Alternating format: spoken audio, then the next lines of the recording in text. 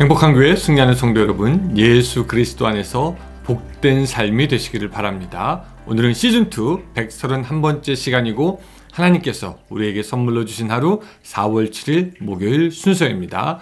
풍성한 삶 챌린지 20일째 되는 날입니다. 여러분도 아시는 그 유명한 톨스토이가 이런 말을 했다고 합니다. 한번 들어보세요. 모든 사람들이 세상을 변화시키는 것을 생각한다. 하지만 누구도 그 자신을 변화시키는 것은 생각하지 않는다. 무슨 말입니까?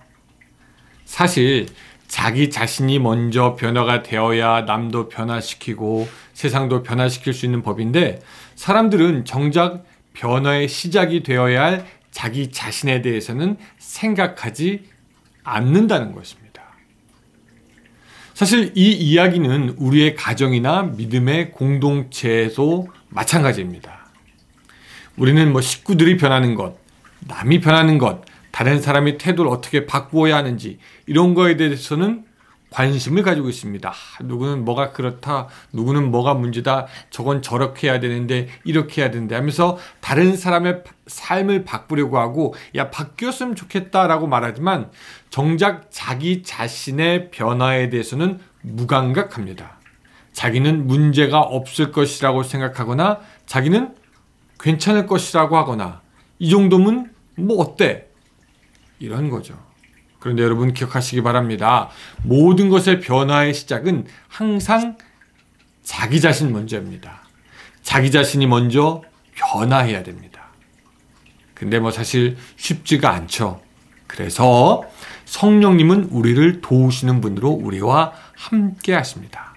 성령님의 함께 하심으로 변화가 되고, 그 변화가 여러분들의 삶을 풍성하게 하시기를 바라며 153 스페셜 챌린지 시작하겠습니다. 자, 오늘 말씀은요, 요한복음 13장 34절부터 35절까지입니다. 요한복음 13장 34절부터 35절까지의 말씀. 자, 제가 읽겠습니다. 새 계명을 너희에게 주노니 서로 사랑하라. 내가 너희를 사랑한 것 같이 너희도 서로 사랑하라. 너희가 서로 사랑하면 이로써 모든 사람이 너희가 내 제자인 줄 알리라. 아멘. 방금 전에 읽었지만 예수님은 내가 너희를 사랑한 것 같이 너희도 서로 사랑하라 이렇게 말씀하십니다. 여기서 너희도 서로 사랑하라 그렇게 할 때 너희가 누굽니까? 너희가. 지금 제자들이 지금 서로 보고 있고 알고 만나고 같이 예수님을 따르는 내 옆에, 그들 옆에 있던 사람들이 너희입니다. 어떻게 보면 그 숫자가 많지도 않고 또 지금 자기들의 삶에 관계가 있고 그 주위에 있는 사람들을 너희라고 말하고 그 너희가 서로 사랑해야 한다라고 말합니다. 그렇다면 우리가 너희도 서로 사랑하라는 그 예수님의 말씀을 듣는다면은 우리는 어떻게 될까요? 아마도 우리 주위에 그렇게 많지 않은 숫자에 지금 나의 삶과 관계가 있는 주위의 사람들일 겁니다. TV 같은 데 보면은 연예인들이 나오죠. 그리고 그 연예인들은 자기의 팬들을 향해서 막 손을 듭니다. 그리고 막 기쁘게 말합니다. 여러분 사랑해요, 사랑해요, 사랑해요. 그런데 여러분 그 사랑이 정말 사랑입니까? 어쩌면 우리가 하기 쉬운 가장 쉬운 사랑일지도 모르겠습니다. 인기가 떨어져도 그렇게 사랑한다라고 말할 수 있을까요? 팬들의 마음이 변해도 그렇게 사랑하요라고 말할 수 있을까요? 그들의 사랑은 둘이 뭉실한 사랑입니다. 근데 어쩌면 우리도요 그렇게 두루뭉실하게 사랑하고 있는지도 모르겠습니다. 누군가를 보면서 그에게 사랑한다라고 하기보다는 그죠, 교인들 사랑하죠. 제가 얼마나 교회를 사랑하는데요 라고 말할지도 모르겠습니다. 두루뭉실하게 말이죠. 그런데 저자는 말합니다. 두루뭉실하게 모든 그리스도인들을 사랑한다는 것은 사실 아무도 사랑하지 않는 것과 마찬가지다. 왜? 구체적으로 희생할 대상이 없기 때문입니다. 사랑은 희생하는 것인데 말이죠. 사실 사랑이 쉬운 것이 아니기에 사람들은 사랑하기로 결심을 하기도 했다가 또 포기하고 결국 그냥 불특정 다수를 사랑하는 것으로 바뀌기가 쉽습니다. 그냥 다 사랑하죠. 그럼요. 교인들 다 사랑합니다. 그런데 이제 예수님을 믿는 사람들의 사랑은 그렇게 두루뭉실하게 모든 사람을 사랑한다라고 말할 것이 아니라 나의 주위에, 내 옆에, 나의 삶에 구체적으로 관계된 사람들을 사랑하는 것이 필요하다는 것이죠. 그렇게 사랑하는 공동체를 위해서 필요한 구체적인 모습은 또한 용서입니다. 자, 사실 멀리서 바라보는 관계, 부딪히지 않는 관계에서는 용서가 필요 없죠. 그러나 우리가 같은 공동체 안에서 사랑을 하면서 살아갈 때 우리는 어쩌면 용서할 일을 만나게 됩니다. 그런데 용서라는 것이 쉽게 되는 것이 아니죠. 왜 용서가 어려운가? 저자는 이런 식으로 말을 합니다. 오늘날 그리스도인들이 용서하지 못하는 이유는 자신이 얼마나 심각한 죄를 용서받았는지 잊어버렸기 때문입니다.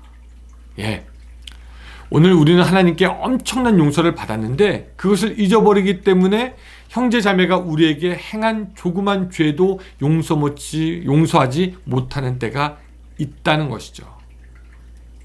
우리가 용서하지 못할 때 죽어야 할 우리의 죄를 용서해 주신 예수님을 바라보아야 합니다. 그리고 용서하기로 결단해야 합니다.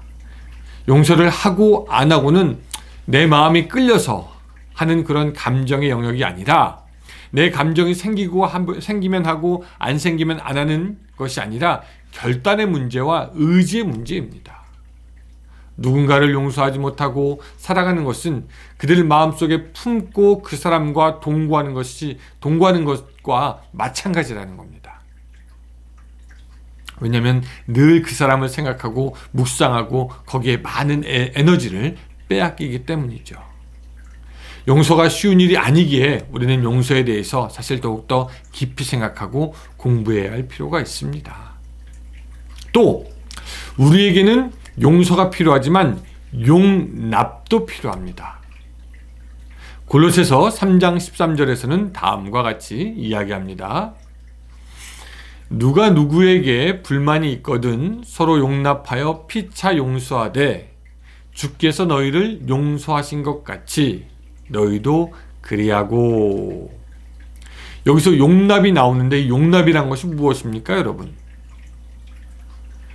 용서가 우리에게 잘못한 것을 탕감해주고 우리에게 저지른 죄를 용서해주고 잊어버리는 것이라면은 용납은 우리와 다른 면, 상대방이 가진 부족한 것을 받아들이는 겁니다. 여러분, 다른 것은 틀린 게 아니라 다를 뿐입니다. 우리는 이런 다름을 받아들이면서 용납하는 법을 배워야 합니다.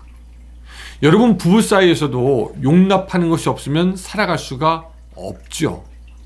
공동체 안에서도 다름을 받아들일 수 있는 용납은 꼭 필요한 덕목이 됩니다. 또한 용납은 나에게 잘못한 사람이 무지하여서 용서를 구하지 않을 때 우리가 할 수 있는 것이기도 합니다.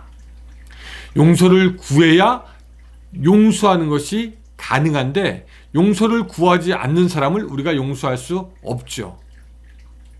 하지만 우리는 하나님이 우리를 또한 용납하신 것처럼 우리도 용납하고 품어줄 수 있다는 것입니다. 이런 용납은 용서와 비슷하기도 하지만 조금 다르기도 합니다.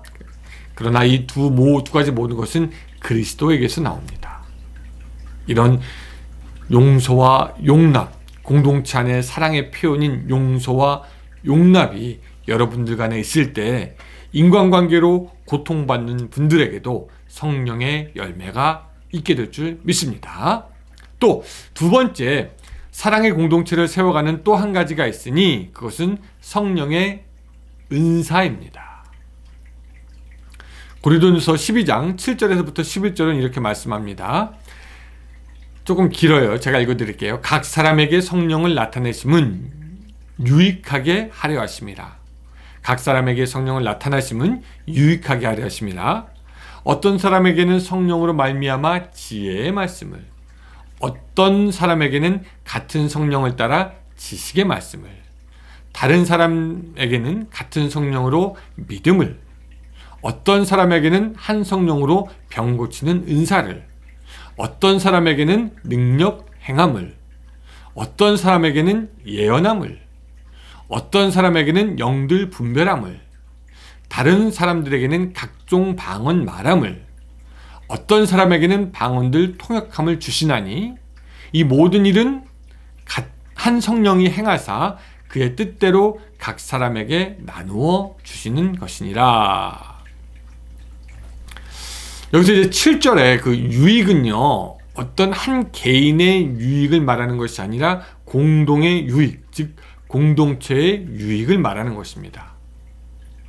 공동체는 한 사람으로 되어 있는 것이 아니고 여러 사람들인데, 여러 사람들에게 성령이 나타날 때에는 개인의 은사에 따라 각각 다르게 나타나지만 모든 공동체를 위해서 나타난다는 것입니다. 이 모든 일이 같은 성령이 행하여서 그의 뜻대로 각 사람에게 나누어 주시는 것이고요. 그 모든 것이 공동체의 유익을 반드시 위해야 하는 것이다 라고 말씀하고 있습니다. 각자가 잘하는 일이 틀리고 각자가 관심 있는 것이 틀립니다. 그러나 그 모든 것이 합해서 가장 아름다운 공동체를 만들어 나가는 것, 그것이 바로 성령이 하시는 일이 되는 것입니다. 성경은 우리 모두에게 성령의 나타나심이 있다라고 하고요. 그 성령은 우리로 하여금 내가 알든지 알지 못하든지 은사를 주셔서 그 은사로 일하게 하십니다. 그리고 공동체 가운데 살면서 사랑하다가 보면 자신의 은사가 더 드러나게 되고 선명하게 보여지게 되죠. 그렇게 서로가 은사를 가지고 봉사하며 사랑하다 보면은 공동체는 아름다워지고 세상을 위해서 봉사하고 하나님의 나라를 위해서 더욱 잘 일할 수 있는 성령의 드림팀이 되게 되는 것입니다. 하나님께서 우리에게 복을 주시기 위해서 만든 믿음의 공동체, 그 공동체를 잘 세워갈 수 있었으면 좋겠는데 두 가지가 우리에게 필요합니다. 사랑으로부터 시작되는 용서와 용납, 그리고 각각의 은사로 봉사할 수 있는 그런 공동체, 용서와 용납, 은사의 공동체, 이것이 사랑 안에 함께 묶일 때 오늘 하나님께서 우리에게 복 주시려고 만든 공동체가 더욱더 아름답게 성장하게 될 줄로 믿고 그 안에 있는 사람들이 더욱더 풍성한 열매를 맺게 될 줄로 믿습니다. 기도하겠습니다. 하나님, 우리 믿음의 공동체 이 교회는 하나님께서 우리에게 복 주시기 위해서 만들어 놓으신 것을 우리가 기억합니다. 주님의 몸된 이 공동체 안에서 우리가 더욱더 사랑할 수 있도록 주여 도와주시되 용서하고 용납하고 용서하고 또한 각양의 은사로 공동체를 위해서 봉사하는 우리가 될 수 있도록 도와주셔서 이 공동체를 통해서 흘러서 들어오는 그 하나님의 복을 우리가 받아 누리고 풍성한 열매 맺게 하여 주시옵소서. 예수님의 이름으로 기도드리옵나이다. 아멘. 네, 여러분 오늘도 함께 해주셔서 감사하고요. 저는 내일 또 같은 시간에 만나도록 하겠습니다. 안녕히 계세요.